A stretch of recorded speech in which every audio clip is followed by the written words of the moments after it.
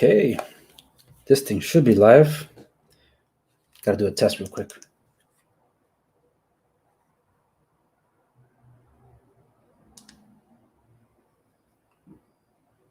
Okay, looks like I'm in.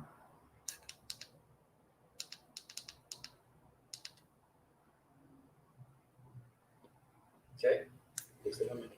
All right, I did the systems checks. For those of you that are probably watching the previous live stream, there was just too much background interference. I'm so sorry. That was causing such a distraction. It was making me lose my train of thought. So this is attempt number 2. I made sure to delete the previous one. So hopefully that one's not going to pop up on your replay feed. Okay, so let's get this rolling. I'll go through this a little faster for the intro. Since this is the first tech talk, I wanted to keep something structured, but then again, this is all new to me in a way in terms of being able to approach it. I mean, reading comments is one thing, but actually making this into like a weekly thing or a bi-weekly thing, I want to get better at it. So I guess first is the intro, which would be to cover in this week we had a new episode on the main show, which is every Monday. Tune in by all means. Talk about the Recall Gavin Newsom stuff with people that are behind the project. So you want to get learning about that. If you're in California, it should interest you whether you agree or don't agree with the whole process. It's something that you're eventually going to face, since basically it made it to it's approved. We're just waiting to hear what's going to happen with that. So you can get learning about that by checking out the previous episode before this live stream. Secondly, comments. I would love to highlight comments of the week. So I do have a comment that I want to give a shout out to, and that's with respects to one of my videos. Actually, I'm going to pull it up here on my because I didn't have this one at the ready, so I just pulled it up right here. Normally, look, I'm doing this to acknowledge that I do read the comments, but I don't have the time to interact with all the comments. There's just a lot that goes on. I got a lot of things to do as well, but I want to make time to at least show that, yes, I do notice the comments. And sometimes, well, there's some mean comments. So there's comments that I find that I'm not going to respond to, only because if it turns into one of those things, you're going to have a shout match on the comment section. That's like the dumbest thing to do with your time. Why would you get into a fight with somebody, or a theological debate or a political debate through texting? That's like the worst way to try to communicate or convey anything, especially if you can't hear the tone or the manner in which, or the intention behind that message. But in this case, I got to give some kind of acknowledgement to Ahan, who provided a comment 2 weeks ago on my video, my live stream, where I was responding to comments left from my Local Broker React series. Based on the activity that I've saw on this short thread so far, he started off by saying, "PragerU are grifters." He mentioned PragerU, Prager University, which is a conservative mini clips, 5 minutes a piece, talking about different topics or whatever. You might be familiar with them, maybe not. Point is, YouTube's demonetized them, censored over 500 of their videos, but if you don't agree with their mission, then you'll be happy that that's happening. I'm not. I don't think people should be censored for speaking their opinion. If they're inciting something, it's a different story. But someone responded to Ahan, to which Ahan then responds back, I guess with respects to me. So I'll just finish reading this. Justin Namuko responds, "Bernie Sanders fools more," in response to the PragerU are grifters. So does BLM. Not sure who you... I'm not so sure who actually donates to PragerU. And then Ahan responds to that by saying his YouTube viewers do, and spread his BS viewpoint. So if that's a personal attack towards me, or it's just attacking my viewpoints, the shout out that I'm going to give is, Ahan, obviously we have a strong disagreement on political views here. I thank you for watching. That's literally all I want to respond to that, because that's more so than more other people can do. You actually took the time to watch my videos, and I actually do appreciate that. So that's the shout out that I wanted to give. And move on to the next stuff. Remember, check out my exclusive content on my website, www.thinkersgover.com, where I have off the record. It's not just stuff where I just talk about anything and everything that interests me, but also have unique podcasts that are only exclusively here, such as movie stuff through the Critic Corner, or reading book club, which is the Reading Corner, Soundtrack Corner, which is my most popular of these podcasts, and stuff that you're probably most familiar with, the Tech Corner. So if you're here on YouTube, you don't need to go to Tech Corner on my website. You actually experience it here on YouTube, which is then now I want to wrap up some business that this came out today from Windows Central. I feel like it's right on the heels of the live stream I did last week with respect to the Surface Duo. Because I think I kind of vouched for the Surface Duo in the last video, that if you wanted to pick it up at the discount, sure, why not? Now they're saying it's almost as low as $550. That's insane. I think it said somewhere around here. If you're not getting it through, oh my God, it's a long post here. Forgot about how long this thing was. Worth it. Yeah, right here. A Surface Duo has been seen for as low as $550. Now, the conclusion of this article is actually in the title. 9 months later, Surface Duo is cheaper than ever, and you still shouldn't buy one, says Zachary Body. Is that how I feel? Well, if the Surface Duo is meant to launch in the next 3 months, the number 2, then might as well just wait. It's supposed to be leaps and bounds a huge improvement as a second-gen product over Gen 1. So I guess I agree with that, but that's a very low price, and God knows how expensive, if the device comes out on time, will be, because as you'll see, there's actually a lot of things happening in the tech world where things are getting delayed. Like, that's how we segue over to our first topic here, which would be WWDC. Oops, where is it? I guess I'm supposed to go to Apple. I guess the developer. I wasn't meant to go to the developer. Let's go to overview. That is overview. Guess I'm in the wrong website. Okay, apple.com. So here, people were expecting, a lot of the leaks were supposed to be like, oh, it's coming, the new hardware, maybe the MacBook Pros, the refresh. The morning of the event, update at least were coming out, so you know what, scratch that, it's not going to happen. So basically, just a bunch of software update news like iOS 15 and iPad OS 15, Mac OS Monterey, and watchOS 8, of which watchOS 8 is the only thing that technically interests me. Of all these things, look, I did a video before I officially started the Android Segovia show where I'm like, I need to check out the watch. As soon as I heard, this is the Watch Series 4, as soon as I heard they're going to put on the ceramic backing here an EKG monitor, I'm like, hold on, what? Well, the reason that was interesting to me, because that means it should take as accurate as possible of heart readings on a wrist. And the ADA came out and whatever and said they vouched for it. Sorry, I need to take a sip of my coffee before it gets cold. Well, with that, I ended up getting an iPhone because you can't use the watch without an iPhone, which is so pathetic, man. But the Apple Watch, I did test it with a heart rate chest strap that I use for workouts. For those that don't know, I actually had a big change in my life when it came to my health-wise. To me, health-wise, just over 4 years ago, I started my health journey. I dropped 80 pounds in a span of 2.5 months because I was focused. I was inspired by the Tom Brady and the Patriots comeback against the Atlanta Falcons. Some people say, oh yeah, I watched that game. I watched that sporting match. It changed my life. How did it change your life? Oh, I got to see it. It was inspiring. Yeah, but what did you do with that inspiration? I got to see it. Like, well, that's not a change. It didn't inspire anything. I mean, it was a great game that you probably watched or whatever. This game changed my life. It made me believe that I could come back against all odds. And I've struggled with my weight because of injuries and surgeries that I had over the years. And after that, I was where I was at 250 pounds for my size. I was on the highway to back surgery, just a few years removed.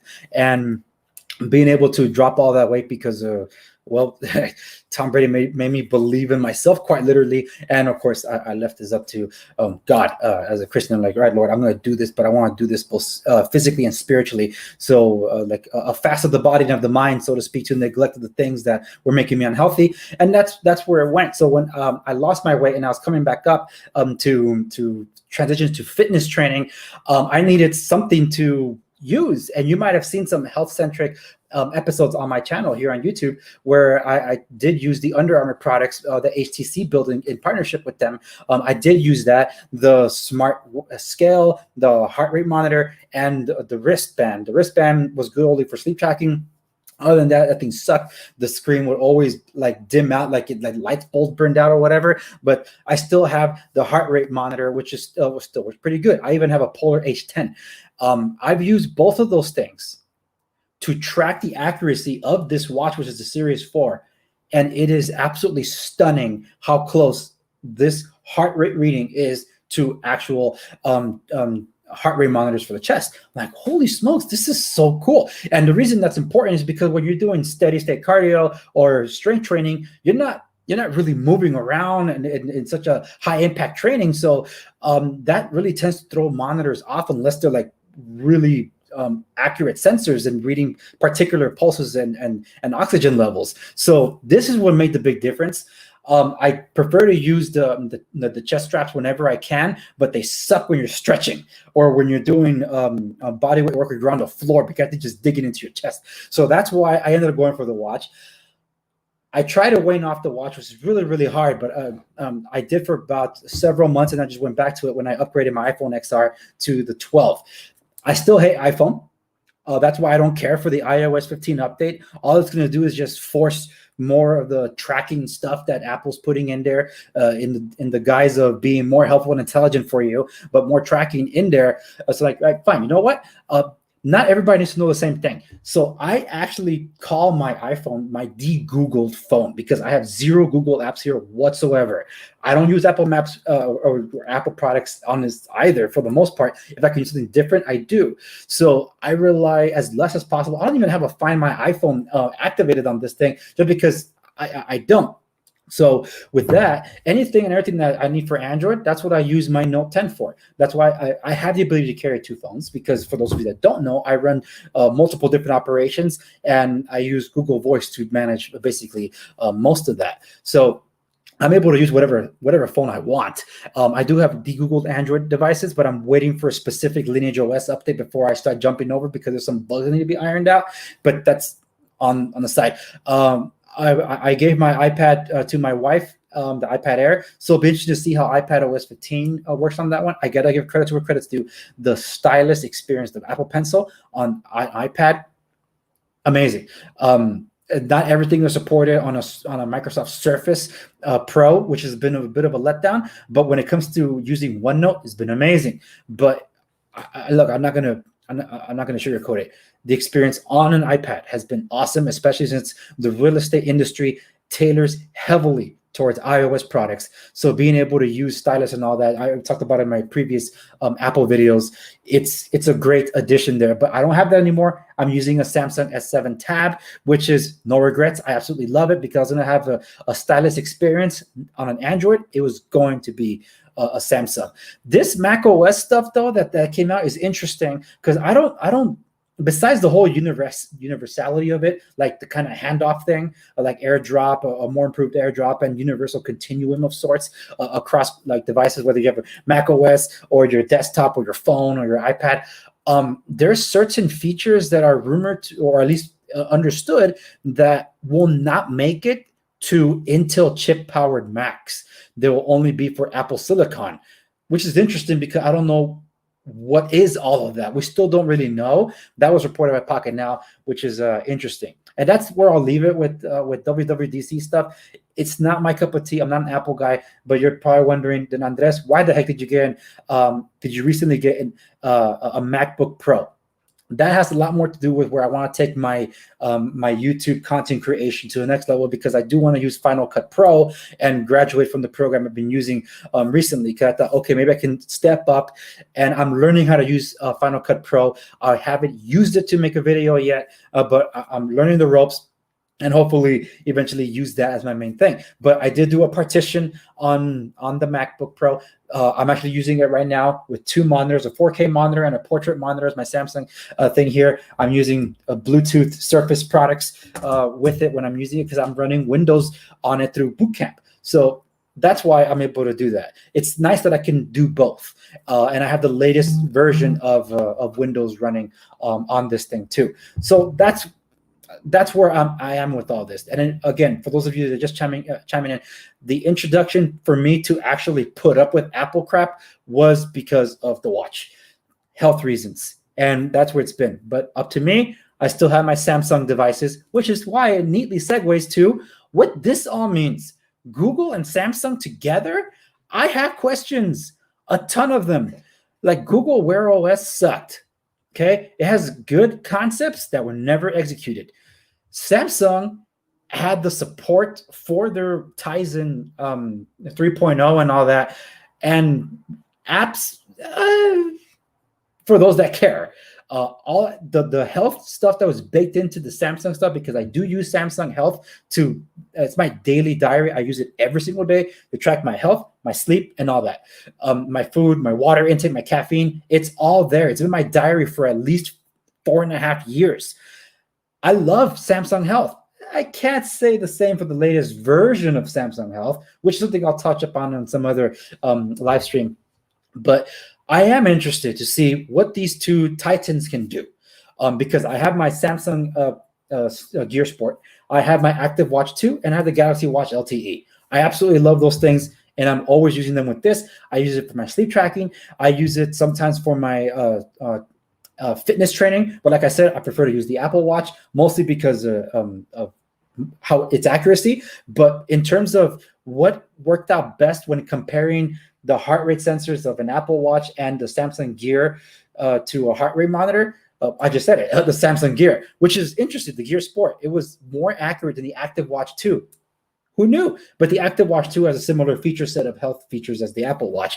I don't know, I guess they work. Here's a pro tip for those of you that are curious. What should I use to check my health? I have this. Even if it's inaccurate, just stick to one thing. Just use it on the way. One of the advantages that I have and that I loved about Samsung, including HTC at the time, their partnership, Under Armour. I have Under Armour running shoes that are Bluetooth connected to map my run. And all that's connected. So whether I use an Apple Watch or a Samsung wearable, they have the Map My Run apps already pre-installed. So all my health features are connected, and I've been using it ever since. But what got me introduced to that was the HTC partnership with Under Armour, where they made the Smart Scale, the wristband, and the heart rate monitor, of which I still have them all today. They just don't really work anymore besides the heart rate monitor.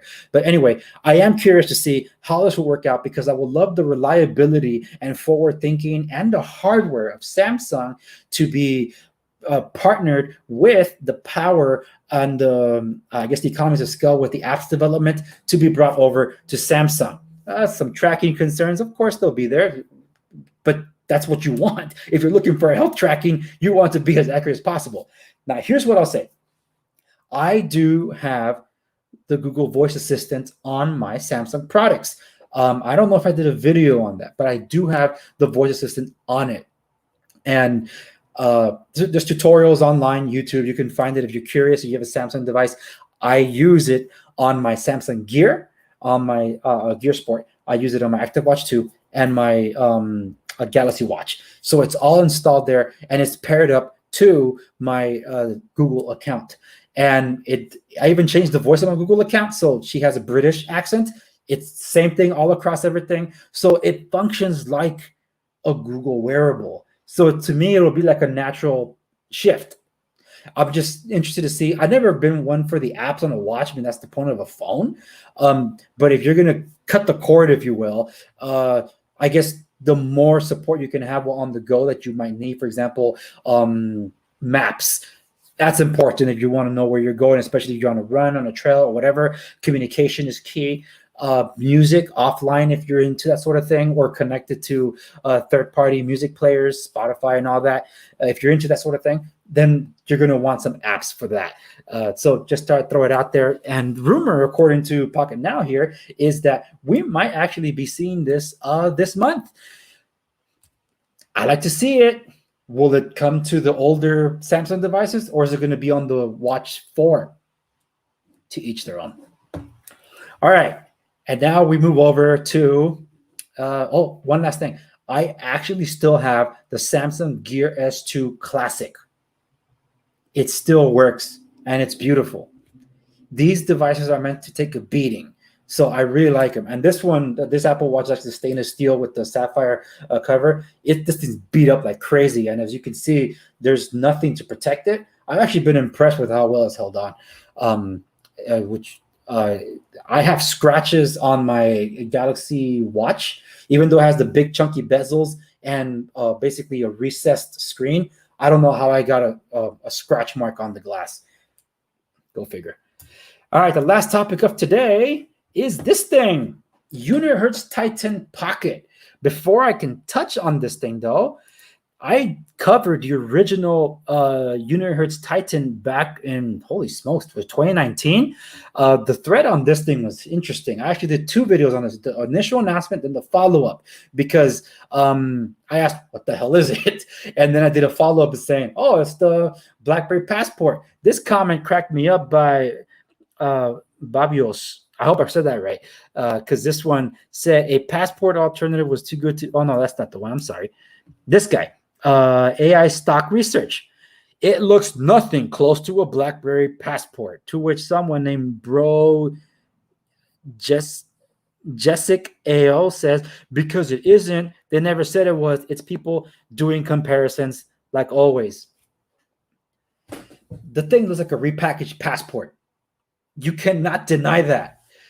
Which is why I'm glad that someone replied. Matthias Schuster said it has the same screen size and resolution. Down to that, it also has similar measurements to the Passport, and it only looks different because it has IPS67 protection. You could argue that the keys are somewhat different, and they seem nice to me. Smiley face. That's because these guys were going to be sued. I'm like, dude, you have I guess the trackpad across the keys. Isn't that a patent by BlackBerry? And last I checked, they did sue them, at least threaten a lawsuit. So they had to switch some keys at the last minute before they did a launch. So like, yeah, this thing's a freaking BlackBerry. So when they launched or are doing a Kickstarter, Titan Pocket, the smallest QWERTY Android 11 keyboard, and I saw it, I'm like, wait, this thing is a freaking Q10. Some people say it's a classic. That thing is more of a, well, okay, fine, a classic because it has like the, let me see if I can zoom in on this thing. I can't zoom in on this thing. So can I just see the image alone? All right, let's see the image alone. There we go. So we can all see it here. This thing looks just like my Q10. And the only thing that's different is that it has buttons up here, which is the shift, the symbol, back. I think this is selection tool and a trackpad right here. And I think this is home, function, and alternative. It's a 3.1-inch screen, just like the Q10 and the Classic. I'm assuming it has a 1:1 ratio. It looks just like it. It doesn't say if it has AMOLED, but it has more feature sets that I like that are akin to the Classic. Well, it has the fingerprint unlock. That's a plus there. Global LTE support. That's another plus there. It has infrared, folks. Infrared. When was the last time you saw that on the phone? That's pretty good. Drop resistant. I don't know if this thing is meant to be, I guess I'll look at it. A 4,000 milliamp hour battery, dual nano SIM. So there it goes. Michael Fisher actually reviewed this thing, or at least got a first glimpse at this thing. So you can check out his review or his take on the initial impressions, because this is not out yet. But what do you guys think? For me, I didn't mean it in a demeaning manner when I said the Unihertz Titan is the BlackBerry Passport, because for everybody that wanted to see Android on a BlackBerry Passport body, that was the way to go. And the mere fact that that must have been a success for Unihertz as they bring out the Titan, that must mean it worked out. Here's a I don't think you could hear the audio on this thing, but here's some clips. Okay, let me mute this. I don't know if you can hear it, so I'm muting it. I'm just gonna talk over it. Okay, here's a good one. So there's the it's a BlackBerry Passport, man. Whatever. And then the Classic right there. I like that these form factors, there are people that wanted more life out of their BlackBerry. I mean, how many times did I hear people say that they wanted Android, a fully stocked Android running on this body? Of course, everybody that has the BlackBerry 10 OS on it doesn't want to replace it. But because of the end of life, how do you get more life out of it when they turn off the servers? Android. The mere fact that this Titan Pocket, and I'm assuming the Unihertz Titan eventually, I don't know if it does, will be running Android 11 out the gate, that's huge, folks. That is absolutely huge. And I think the price is, what were they saying? $299? I think these are pledges, right? Select this reward. $219. $399. I guess it depends on what. There's just so many things here, and I guess there's some clout to be given to Unihertz. They've actually done some phones. They have experience, and I'll give it to them that they're actually bringing more to the table now with this and keeping the QWERTY keyboard alive. Oops, wrong step there. They're keeping it alive. Of course, it doesn't have the best cameras. It's probably passable cameras. I think the cameras, I would like to see them compared to, say, the BlackBerry Key 2 Elite, because they're on the same price range. I like to see that compared. I haven't heard of hardware concerns on the Unihertz Titan like I did here for whatever TCL put out there. So if some people, oh, this is, I think it's a Hong Kong-based company. Let me see. Yeah, they're in Hong Kong. They're building bricks here. They're meant to sustain the elements. So yeah, I mean, look at this thing. Yeah, I mean, I think that's pretty cool. They're keeping it alive. 30% smaller on the Titan. Okay, let's see what else they got. Yeah, they're okay. A pocket. Yeah, it's pocketable. So there's some on-screen controls there too. That just screams BlackBerry to me. So yeah, I'm making comparisons. What else is going to be compared to? It's a freaking classic. See, it's even doing the predictions right above it. I must say, I think Michael Fisher touched on that. For any of us that use BlackBerry, it's going to be really trippy to have the function, the symbol, the shift keys, and the back end stuff be at the top. That's actually going to be confusing. See, I don't know. That's a patent by BlackBerry to be able to use the scrolling feature on the keyboard. Custom keyboard shortcuts. That's also a BlackBerry thing.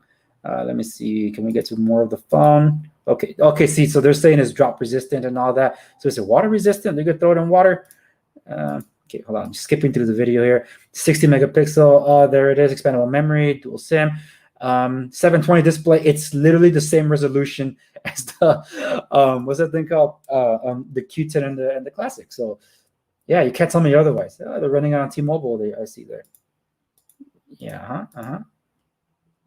Bluetooth. Well, it's got to have Bluetooth, but it's a Bluetooth 5.0. Headphone jack. Okay. I can't believe we're calling that a feature now.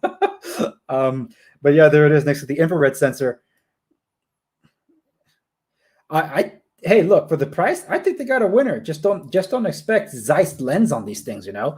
But yeah, so that comment was it looks nothing like close to BlackBerry Passport. Yes, it looks like the active version of a BlackBerry Passport. The phone was already a tank, and they just made it water resistant and more drop proof. It's kind of like what Samsung does with their glass slabs, and then make the commercial version for commercial customers like in construction, and just make it an all rugged device. That's exactly what this looks like. But yeah, I think that's pretty cool. What do y'all think? That's all I got to say about that. And I think I just ran up on time here. For those of you that stuck around, thank you so much. It was actually attempt number 2 at the live stream. I made sure that the first one doesn't pop up. So I'm making sure that one, I deleted it. There was too much background noise that was distracting, so I ended up deleting that, stopping that first stream and starting all over again. Check out my stuff at www.leadersgover.com. I have a big interview dropping on Monday. The main show is every Monday. This tech talk stuff. I would love to keep doing this on Thursdays. I might do it on a bi-weekly schedule. Right now, this is my 4th one in a row. I really love doing live stuff like this. I actually do more as a coffee break on Instagram on Mondays, give or take, because well, it's a Monday. And speaking of coffee, another chug here. But yeah, anyway, let me know in the comment section what you guys think of this. I know this thing gets a lot more plays in the replay below. And for those of you on other platforms, thank you so much for chiming in and watching when you do. It's interesting to see just how much viewership I'm getting outside of YouTube, which is almost matching. And I literally mean almost matching the output I get here on YouTube. It's humbling and great. So I try to be as interactive with almost everyone that I can. But as a content creator, I have to do things on a schedule. I also run 3 different operations. It's exhausting. And of course, I got my clients to attend to. But anyway, that's it for this one. Thank you so much for watching this first Tech Talk live episode. I'll try to keep them in a place so you can check them out later. And that's it. I'll see you on the main show on Mondays and also on the next Tech Tuesday. Or Thursday. See, I'm already losing it. It's been a long day. Okay, that's it. Thanks so much, everyone. I have my other screen over here, so I'm going to go over here to exit broadcasting. Have a great weekend. And hold on, there was a freaking name, man. There was that quote. I just botched it. Man, I had a great quote to end it on. I'll try it again next time. I'm not going to spoil it this time. All right, see you then.